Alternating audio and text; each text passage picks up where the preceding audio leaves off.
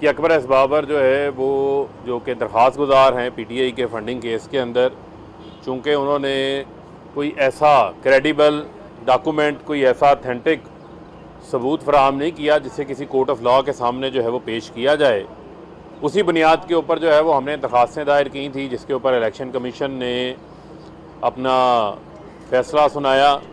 अब हम इसी दरख्वास्त को लेकर जो है वो हमने फ़ैसला किया है कि हम अपना कानूनी राइट इस्तेमाल करेंगे। हम इसको इस्लामाबाद हाई कोर्ट के अंदर जो है वो चैलेंज करेंगे, ताकि जो है वो इसमें जो हमारी कानूनी एक राइट है उसको हम पूरा कर सकें। इसी तरीके से आपके इल्म में है कि चंद रोज़ से जो इजी लोड वाले हैं, जो अकबर एस बाबर को इजी लोड फराहम कर रही थी नून लीग, आपके इल्म में आ गया कि इस केस के पीछे PMLN का पूरा एक इंटरेस्ट है। एक पूरा मरियम सफदर ने एक सेल बनाया हुआ है जो अकबर एस बाबर के लिए काम कर रहा है। पहले वो सेल काम कर रहा था, अकबर एस बाबर को जो है वो पैसे फराहम किए जा रहे थे नून लीग की जानिब से। अब जो है वो उनके ओहदेदारान जो साबका वज़रा हैं उनके, आपने देखा कि मरियम औरंगज़ेब भी केस की समाअत में आई। आज एहसन इकबाल साहब आए हुए थे, बड़े शौक़ से आए, 100 बार आए। हमें इनके आने के ऊपर कोई एतराज़ नहीं है, लेकिन खुल के आए ना। ये छुप छुप के आने का क्या फ़ायदा होता है? ये घोड़ा है, ये घोड़े का मैदान है, पता चले। अब मेरा तो सिर्फ बुनियादी सवाल ये है कि PTI का केस इलेक्शन कमीशन सुन रहा है। इसी इलेक्शन कमीशन ने नून लीग और पीपल्स पार्टी के लिए भी स्क्रूटनी कमेटी बना रखी है और कानून के मुताबिक बना रखी है। अब मैं इनको ये चैलेंज कर रहा हूँ, एहसन इकबाल आए, मरियम औरंगज़ेब आएँ, मरियम सफदर खुद आएँ, ये अपने उन अकाउंट्स का सबूत लेकर आएँ जो इन्होंने छुपा रखे हैं। आज तक पता नहीं चला कि नून लीग को जो है वो फंडिंग कौन देता है। ये कौन से ऐसे लोग हैं जिन्होंने नून लीग को फंडिंग देते हैं, जो नून लीग ने UK के अंदर पब्लिक लिमिटेड कंपनी बनाई हुई है, USA के अंदर लिमिटेड लायबिलिटी कंपनी बना रखी है। वो कौन से ऐसे लोग हैं जो इनकी पार्टी अकाउंट में पैसे डालते हैं? पैसे डालने के ऊपर कोई 5 करोड़ फंड देता है, किसी को मशीर हवाबाजी बना दिया जाता है। जो पिंडी का सबसे बड़ा कब्ज़ा ग्रुप लैंड ग्रैबर होता है वह 10 करोड़ देता है। उसके बाद करोड़ों रुपए की ऐसी रकूम है, 64 करोड़ रुपया, जिसका आज तक कोई हिसाब किताब नज़र ही नहीं आ रहा। कोई शनाख्ती कार्ड ही मौजूद नहीं है, कोई रिकॉर्ड ही मौजूद नहीं है। और माजी इनका ऐसा हो कि उसामा बिन लादेन से माजी में इन्होंने पैसे लिए हों और पैसे लेकर एक हुकूमत को गिराने की इन्होंने कोशिश की हो, तो मैं समझता हूँ कि हम इनको भी किसी सूरत भी जो है वो राह फरार इख्तियार नहीं करने देंगे। और आज इनको तोशाखाना केस जो है वो बड़ा याद आता है, तो आज बड़े शौक़ से एहसन इकबाल साहब ये भी बताते कि नवाज शरीफ जो है वो किस कानून के तहत तोशाखाना की BMW जो है वो घर लेके चले गए थे, जो इनके ज़ाती इस्तेमाल में होती रही। हमने तो तोशाखाना के हवाले से कोई डॉक्यूमेंट नहीं निकाला। नवाज शरीफ के जो प्रिंसिपल सेक्रेटरी थे फवाद हसन फवाद, ये रिकॉर्ड का हिस्सा है कि उन्होंने बाकायदा तौर के ऊपर लेटर जारी किया था कि ये क्लासीफाइड इंफॉर्मेशन है, ये इंफॉर्मेशन हम फराहम नहीं कर सकते। भूल गए हैं। तोशाखाना के हवाले से एक साबका वज़ीर आज़म तो हार ही घर लेके चले गए थे, बाद में वापस करना पड़ा था एक मुल्क से। और BMW जो आसिफ अली जरदारी तोशाखाना केस की लेके जाते रहे हैं, क्या उस वक्त आप लोगों ने गलत किया था, ठीक किया था? ये तमाम चीज़ों के जवाब जो है वो आज तक नहीं आए और उन जवाबों के हम मुंतज़र हैं। वो जवाब एहसन इकबाल और PMLN से हमने हर सूरत वो जवाब लेने हैं आपसे, क्योंकि आपको तोशाखाना तो बड़ा याद आता है। उस तोशाखाना की BMW, जिस BMW पे मरी की सैरें होती थी, जिस BMW पे मुझे क्यों निकाला की सारी आपने कैंपेन चलाई, उस BMW को आके हिसाब दें कि वो BMW तोशाखाना की आप कैसे अपने साथ अपने घर जो है वो लेके चले गए थे। और समझ नहीं आती कि अजीब तमाशा लगा हुआ है। वो तमाशा क्या है कि जिन लोगों ने मुल्क को लूटा है, जिन्होंने चोरी की है, जो मुल्क के इदारों को तबाह करते रहे हैं, जो 2008 से 2018 तक ये सब इक़्तिदार में थे। पीपल्स पार्टी नून लीग का मरकज़ में इत्तेहाद बना हुआ था, फिर नून लीग निकल गई इत्तेहाद में, तो पंजाब में पीपल्स पार्टी और नून लीग का इत्तेहाद चलता रहा। फजलुर रहमान जो है वो हर इत्तेहाद के अंदर जो है वो मज़े लूटते रहे हैं, डीजल के परमिट लेते रहे हैं, लस्सियाँ पीते रहे हैं और जायदादें दो हाथों से बनाते रहे हैं। ये 2008 से 2018 के दरमियान एक मुकमुका की कौमी हुकूमत बनी हुई थी, जिस कौमी हुकूमत का मतलब था कि आप भी लूटो और हमें भी लूटने दो और बाद में कोई किसी को नहीं पूछेगा, और मुकमुका था। मैं आप फिर कहते हैं जी कि कौमी हुकूमत बना दें 5 साल में, और 3-3 बारियां तो आप ले चुके हैं। 3-3 बारियां लेने के बाद, 3-3 बार वजारत उज़्मा के मज़े लेने के बाद, वजारत आला के मज़े लेने के बाद अब भी अगर आपका पेट नहीं भरता तो फिर मसला आपका कुछ और है। मसला इनका ये है कि चोरों की कौमी हुकूमत बनाई जाए और कौमी हुकूमत बनाकर इनको NRO दे दिया जाए, और तकलीफ़ क्या है कि इमरान खान उसका हिस्सा ना हो। खौफजदा किससे हैं? खौफजदा इमरान खान से हैं, जो इनको NRO नहीं दे रहा, जो चाहता है कि इनका एहतसाब हो, जिन्होंने मुल्क को लूटा है, जो चाहता है पाकिस्तान के अंदर पहली बार कानून की जो है वो हाकमियत कायम हो, ये उसके रास्ते में जो है वो रुकावट डालना चाहते हैं। इसी वजह से जो है कभी नो कॉन्फिडेंस की मूव आ जाती है, कभी कौमी हुकूमत की कहानी आ जाती है। मैं इनको ये पैगाम देना चाहता हूँ कि यहाँ पर अवाम की कौमी हुकूमत बननी है, और मैं समझता हूँ कि कानून की हुकूमत बननी है, और आप लोगों के लिए किसी किस्म की कोई NRO की गुंजाइश नहीं है। आप जितनी मर्जी सिंध हाउस के अंदर मंडियाँ लगा लें। मुझे आप ये बताएं कि ये मिनिस्टर्स, ये जो आपका पार्लियामेंट हॉस्टल है, पार्लियामेंट लॉजेस है, इससे महफूज जगह कौन सी होगी? पिछले 3.5 साल में तो किसी पे कोई हमला नहीं हुआ।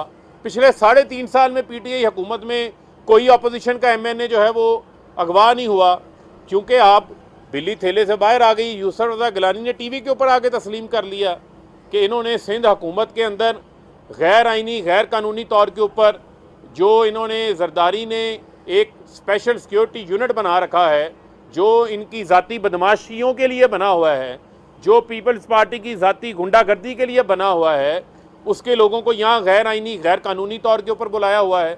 और इसके ऊपर वज़ारत दाखिला को बिल्कुल नोटिस लेना चाहिए कि किस तरीके से इस्लामाबाद के अंदर एक ऐसा यूनिट आके बैठ जाए जो कि सिंध हुकूमत के वहाँ पर मुलाजमीन हैं, और यहाँ पर आकर वो जरदारी के ज़ाती मुलाजिम बने हुए हैं।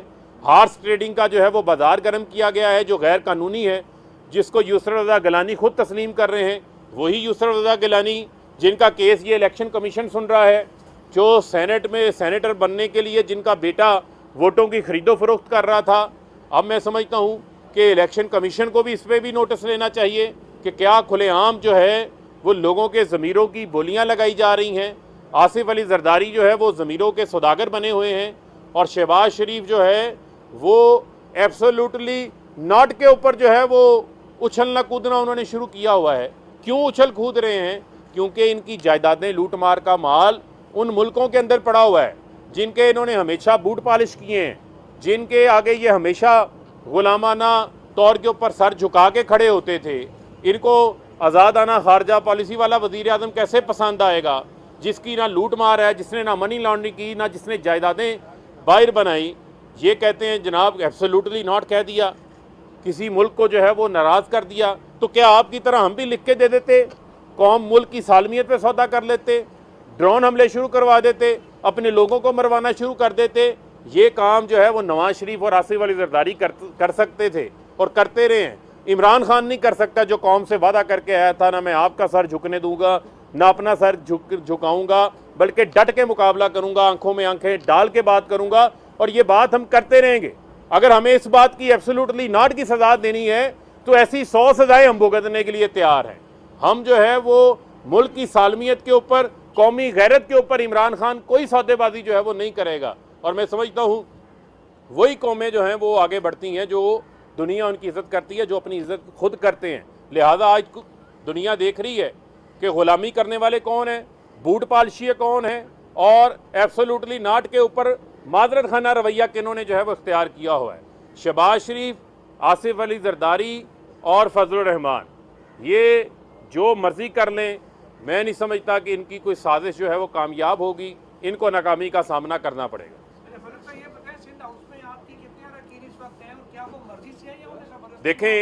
देखें बात यह है कि कोई मर्जी से नहीं जाता।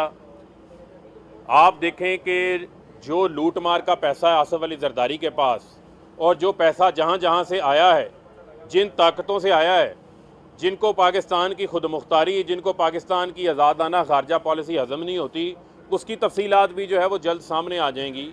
और मैं समझता हूँ कि लोग देख रहे हैं, यही वजह है कि आज पूरी कौम इमरान खान के पीछे खड़ी हो गई। उन्हें नज़र आ रहा है कि इस्लामोफोबिया के ऊपर, नामूस रसालत के ऊपर पूरी दुनिया को वज़ीर आज़म इमरान खान ने अपने साथ जो है वो मुतवज्जो कर लिया। इनको यही तो प्रॉब्लम है।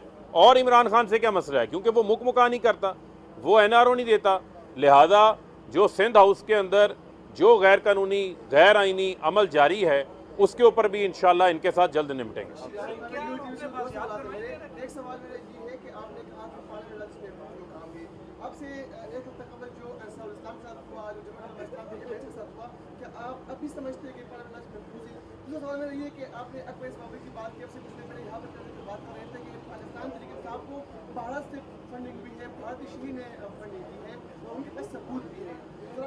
देखें, बात यह है कि जो बाहर से फंडिंग ले रहा हो ना वो एब्सोल्युटली नॉट कहता है, ना जो है वो सुफरा को टेक ऑन करता है, ना ही वो जो है मोदी को ललकार सकता है, ना ही वो मोदी की RSS की आइडियोलॉजी को ललकार सकता है।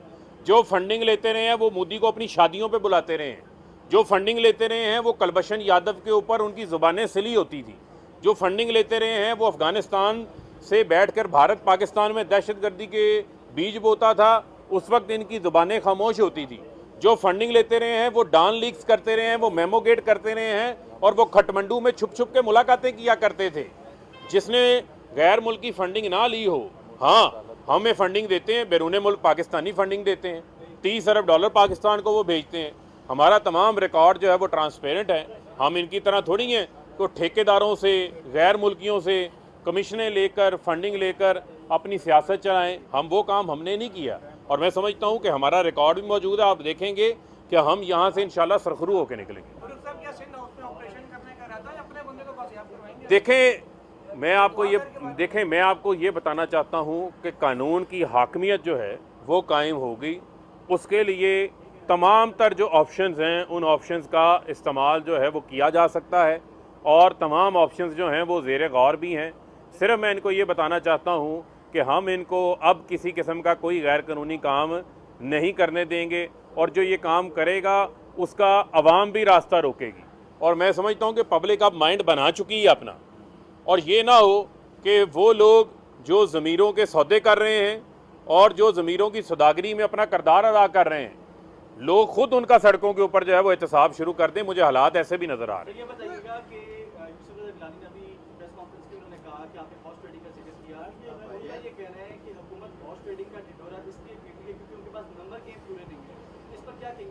देखें, बुनियादी तौर के ऊपर जो है वो नंबर गेम का मामला नहीं है।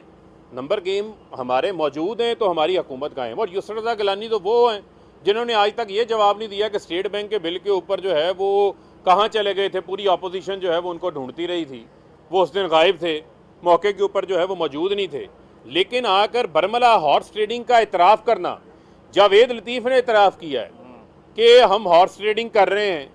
अगर आप इस तरह हॉर्स ट्रेडिंग का गैर आईनी इकदाम जो कि आर्टिकल 63A आइन के अंदर इन्होंने खुद शामिल किया हुआ है, उसका अगर आकर आप खुद प्रचार करेंगे तो मैं ये समझता हूँ कि पाकिस्तान के मीडिया की भी ये जिम्मेदारी है कि आप भी इनसे ये सवाल पूछें कि ये कैसे गैर कानूनी और गैर आईनी अमल को आगे जो है वो दोहरा सकते हैं।